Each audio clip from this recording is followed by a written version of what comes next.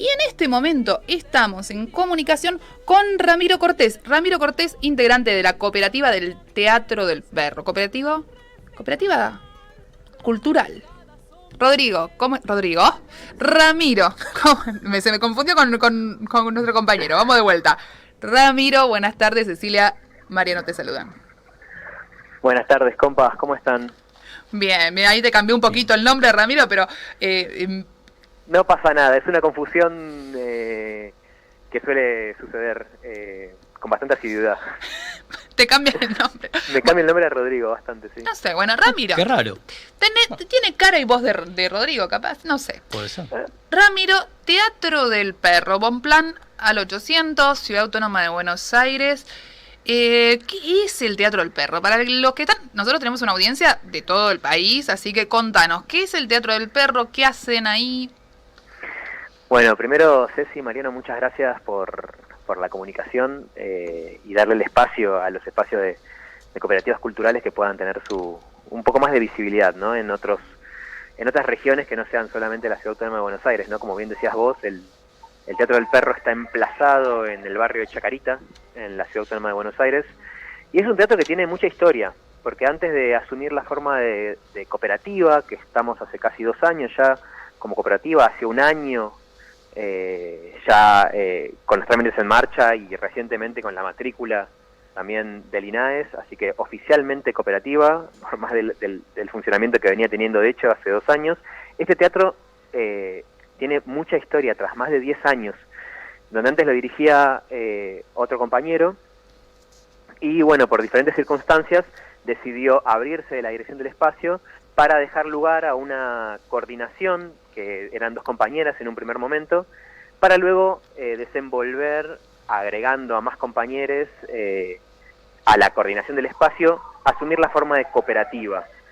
Y es una cooperativa cultural, es una cooperativa en la cual somos todos los que integramos la cooperativa artistas, básicamente bailarines, actrices, actores, iluminadores. También tenemos 2 compas que se encargan de la parte técnica, teatral. Y bueno, y entonces un poco en esta diversidad, bueno, los procesos curatoriales tienen mucho que ver con las identidades artísticas que traemos los integrantes y las integrantes de la cooperativa. Y empieza a circular algo que me parece como lo más rico de esta experiencia, por lo menos en mi recorrido, sí, que es que de repente estamos, no sé, yo que vengo más de las artes escénicas y de la danza, de repente estoy aprendiendo sobre luces, sobre tendidos eléctricos, sobre disyuntores, cosas que para mí eran como muy chino básico, ¿viste? De repente hablar de dimmers, hablar de equipamiento, y ni hablar de todo el aprendizaje que trae el hecho de trabajar como cooperativa. Claro. No solamente hacia interiores de la cooperativa, ¿no? Como esto de tener asambleas y de aprender a escucharnos y de aprender a que la construcción sea de una forma más horizontal. Obviamente hay liderazgos, hay personalidades que quizás tienen más o menor incidencia en tal o cual tema, pero algo de este trabajo en cooperativa hacia los interiores de la cooperativa fue y es muy rico para mí, como esto de poder tomar decisiones, de poder cómo nos mostramos hacia afuera, debatir cuestiones no solamente artísticas, sino también filosóficas con respecto a los modos de organizarnos. Claro. ¿Sabes qué? Te escucho un poco, ¿no? Y es muy similar este proceso al de una empresa recuperada, ¿no? Total. Las empresas recuperadas tienen otra parte que es la de sufrimiento, ¿no? La de tomar el lugar, la lucha, la posesión del espacio, qué sé yo. Pero después de que termina toda la parte de bombos, platillos y policía, están en esto, ¿no? De ya no hay más un dueño que me dice lo que tengo que hacer y yo hago esta única tarea y si me gusta bien y si no renuncio o si no me quejo, pero es mi tarea, sino que me tengo que convertir en un asociado, ¿no? Y me tengo que convertir en una autogestión solidaria y asociativa, y todo ese aprendizaje de cambiar un poco el chip, ¿no? Así que te escucho y te voy imaginando más o menos en ese escenario similar al de las empresas recuperadas. No sé si es un poco esto.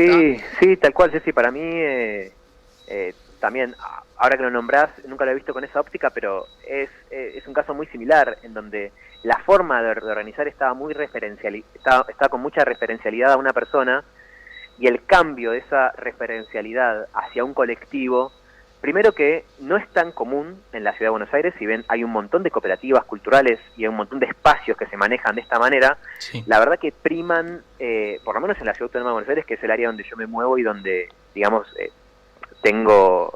puedo opinar quizás con un poquito más de pertinencia, porque hace años que estoy aquí, viviendo y desarrollándome como artista.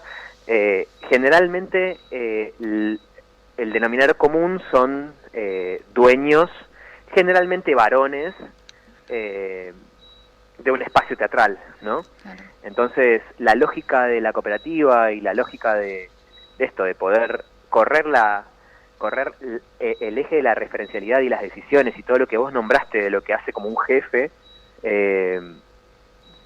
no es tan común en la Ciudad de Buenos Aires.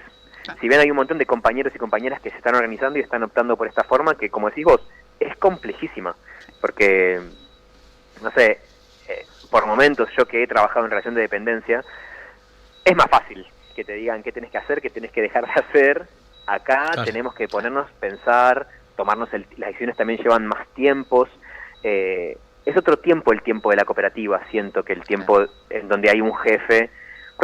Porque tenemos que escuchar y estar abiertos y permeables a cambiar nuestra opinión si algún compa nos interpela o si nos trae un pensamiento quizás distinto al que traemos.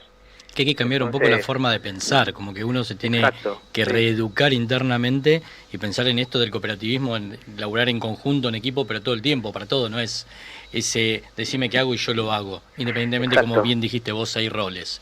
¿Y cómo ves en el esquema esto que tienen armado? Porque hablaste hace un rato de que por lo general era un hombre el dueño del espacio.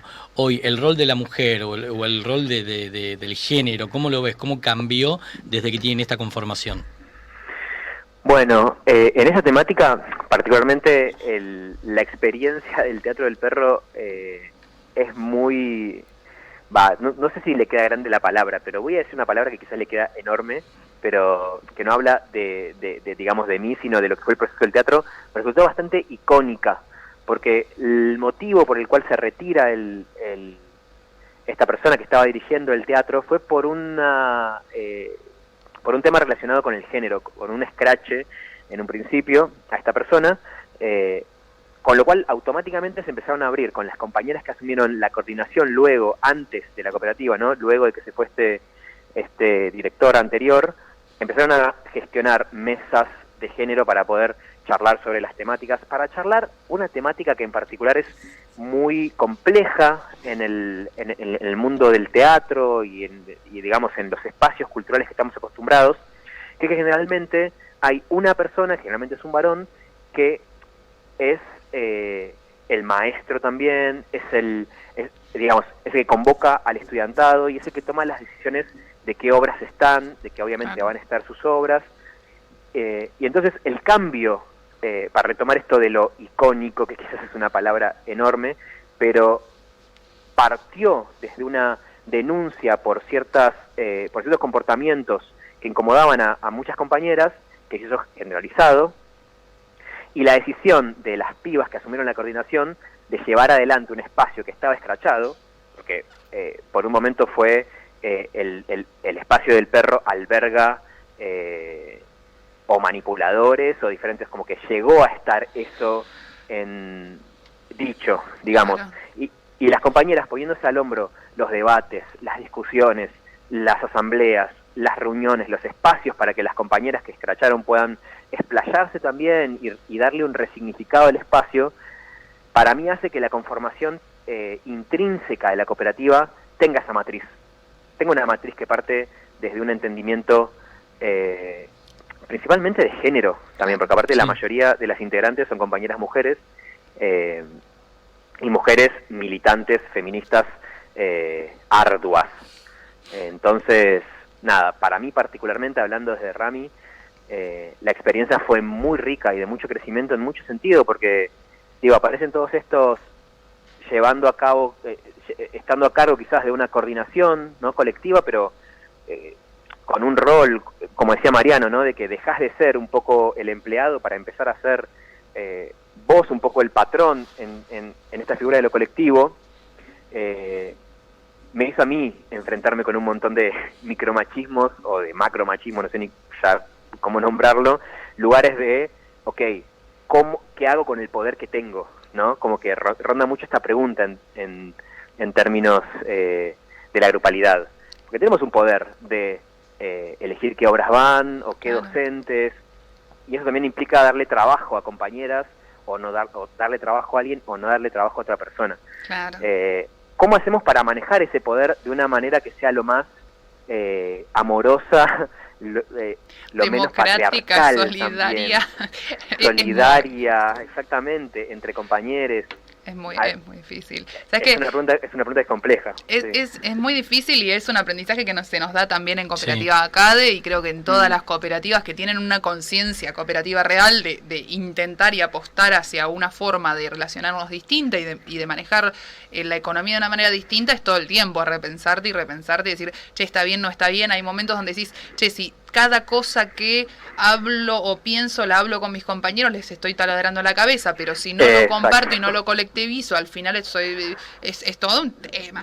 Pero, Ramiro, además de esto de ser tan cooperativa y de estar en este proceso, son una entidad cultural en una pandemia. Ahora creo que estamos en fase -8 por ahí, por Bonplain, en la ciudad de Buenos Aires. ¿De qué viven? ¿De qué sobreviven? ¿Cómo están? Bueno, es un tema muy delicado el que trajiste, porque de hecho, cuando empezamos a funcionar, de hecho como cooperativa, empezó la pandemia. Entonces, digamos, todas las planificaciones y todas las producciones que teníamos ahí, o ensayos, o planes, o proyecciones posibles en términos curatoriales, en términos de trabajo en el espacio, de fechas, de eventos, que son lo que hace que sostenga económicamente el espacio, ¿no? Como tuvimos que reconfigurarlas hasta límites insospechados de justo el teatro está emplazado en una esquina, de levantar la persiana del teatro y hacer funciones en la vereda, hacer funciones en la calle, hacer pequeños recitales en donde estamos trabajando mayoritariamente por la barra, ¿no?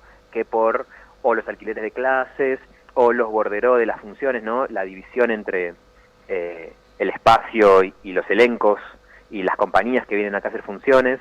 Entonces como que se corrió el eje completamente del quehacer económico para, a veces, lo digo así livianamente pero con cierta tristeza, simplemente vender birra. Como que nos hacía vender birra en un teatro, nos hacía sostener la básica economía con acuerdos con la dueña en su momento de pagar menos alquiler, que después se fue haciendo con unos malabares de gestión que nos permitieron al día de hoy seguir en pie. Y que no mayoritariamente no es poca cosa, Ramiro, que no es sostenerse, que no es poca cosa, compa. Sobrevivir un año de pandemia siendo una entidad cultural, ya está listo, es para descorchar y festejar. De acá al estrellato. Porque... Vender birra fue un medio para, en realidad, no era el fin en sí mismo, era el medio para sostener el espacio, así que es muy loable. Sí.